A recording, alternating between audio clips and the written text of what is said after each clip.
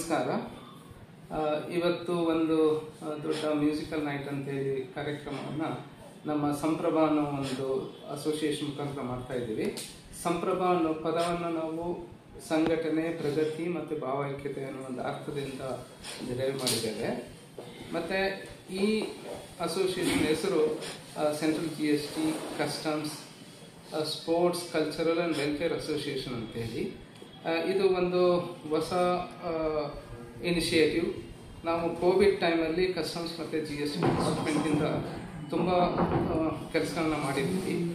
ನಮ್ಮಲ್ಲಿ ಎಲ್ಲ officers throughout Karnataka ಬಂದುಬಿಟ್ಟು ವಾಲಂಟಿಯರ್ ಆಗಿ ಆ ಟೈಮಲ್ಲಿ ತುಂಬ ಕೆಲಸಗಳನ್ನ ಮಾಡಿದ್ವಿ. ರೇಷನ್ ಕೊಡೋದು, ಫುಡ್ ಡಿಸ್ಟ್ರಿಬ್ಯೂಷನ್ ಮಾಡೋದು, ವ್ಯಾಕ್ಸಿನೇಷನ್ ಕ್ಯಾಂಪ್ ಮಾಡೋದು, ಬೆಡ್ ಕೊಡಿಸೋದು, ಮೆಡಿಸಿನ್ಸ್ ಕೊಡಿಸೋದು, ಈ ಥರ ತುಂಬ ಮಾಡಿ ನಮ್ಮ ಡಿಪಾರ್ಟ್ಮೆಂಟಲ್ಲಿ ನಾವು ಎಷ್ಟು ಸಾಧ್ಯನೋ ಅಷ್ಟು ಕಡಿಮೆ ಕ್ಯಾಶುಯಾಲಿಟೀಸ್ ಆಗೋ ಥರ ಮಾಡಿದ್ವಿ. ಸರ್ವಿಂಗ್ ಆಫೀಸರ್ಸು ಅನ್ಫಾರ್ಚುನೇಟ್ಲಿ 6 ಜನ ತೀರ್ಕೊಂಡಿದ್ದಾರೆ. ಆದರೆ ತುಂಬ ಜನದನ್ನು ನಾವು ಜೀವ ಉಳಿಸ್ಲಿಕ್ಕಾಯಿತು.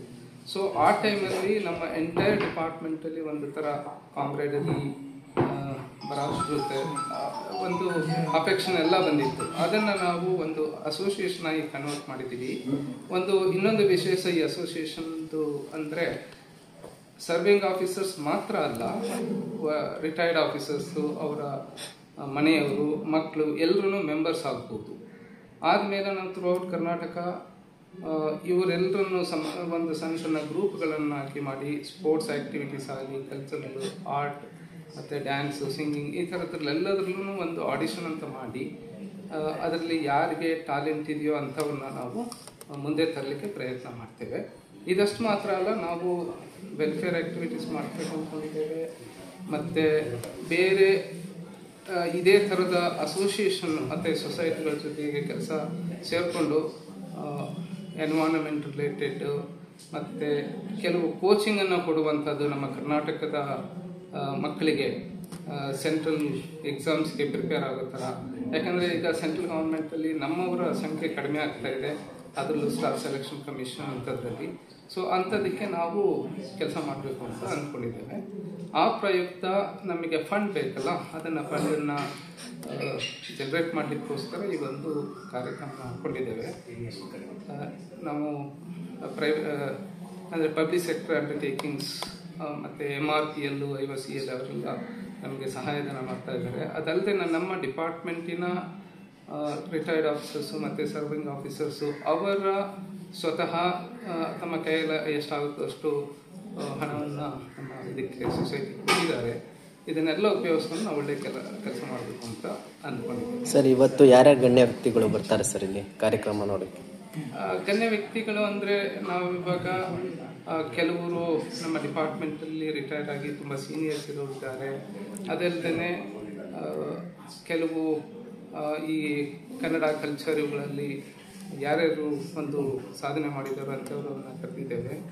ಹಾಗಾಗ್ಬಿಟ್ಟು ಇದು ಫಾರ್ಮಲ್ ಫಂಕ್ಷನ್ಗಿಂತ ಹೆಚ್ಚಾಗಿ ಒಂದು ಸಂಗೀತಕ್ಕೆ ನಾವು ಜಾಸ್ತಿ ಸಮಯನ ಒಂದು ಬಹಳ ವಿಶೇಷ ಅಂದರೆ ಆಫೀಸರ್ಸ್ ಮಾತ್ರ ಅಲ್ಲ, ಅವರ ಮಡದಿಯರು ಅಥವಾ ಅವರ ಗಂಡಂದರು ಕೂಡ ಈ ಸಂಸ್ಥೆಗೆ ಸದಸ್ಯರಾಗ್ಬೋದು.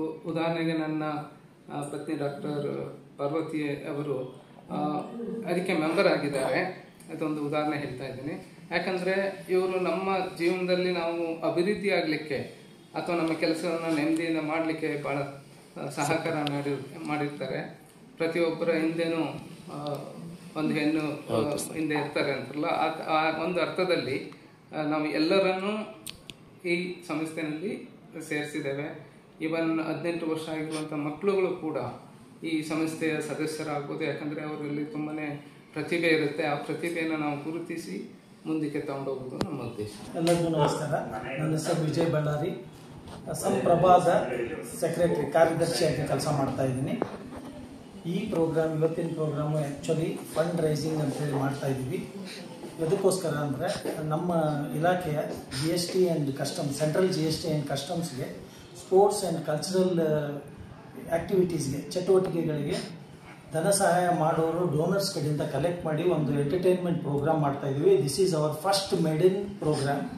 ಈ ಪ್ರೋಗ್ರಾಮ್ ಆದಮೇಲೆ ನಾವು ಬೇರೆ ಬೇರೆ ಪ್ರೋಗ್ರಾಮ್ಗಳನ್ನ ಹಮ್ಕೋಬೇಕು ಅಂತ ಹೇಳಿ ಪ್ಲ್ಯಾನ್ ಮಾಡ್ಕೊಂಡಿದ್ದೀವಿ. ಅದರ ತಕ್ಕಂಗೆ ಇವತ್ತು ಎಲ್ಲ ಡಿಗ್ನಿಟರೀಸು ಎಲ್ಲ ಜನರು ನಮಗೆ ಒಳ್ಳೆ ಧನ ಸಹಾಯ ಮಾಡಿದ್ದಾರೆ. ಪ್ರೋಗ್ರಾಮ್ ಸಕ್ಸಸ್ ಆಗಲಿ ಅಂಥೇಳಿ ನಾನು ಎಲ್ಲರಲ್ಲೂ ಬೇಡ್ಕೊಂತೀನಿ. ಟೈಮಲ್ಲಿ ಡಿಪಾರ್ಟ್ಮೆಂಟು ಭಾಳ ಆ್ಯಕ್ಟಿವ್ ಆಗಿ ಕೆಲಸ ಮಾಡಿತು.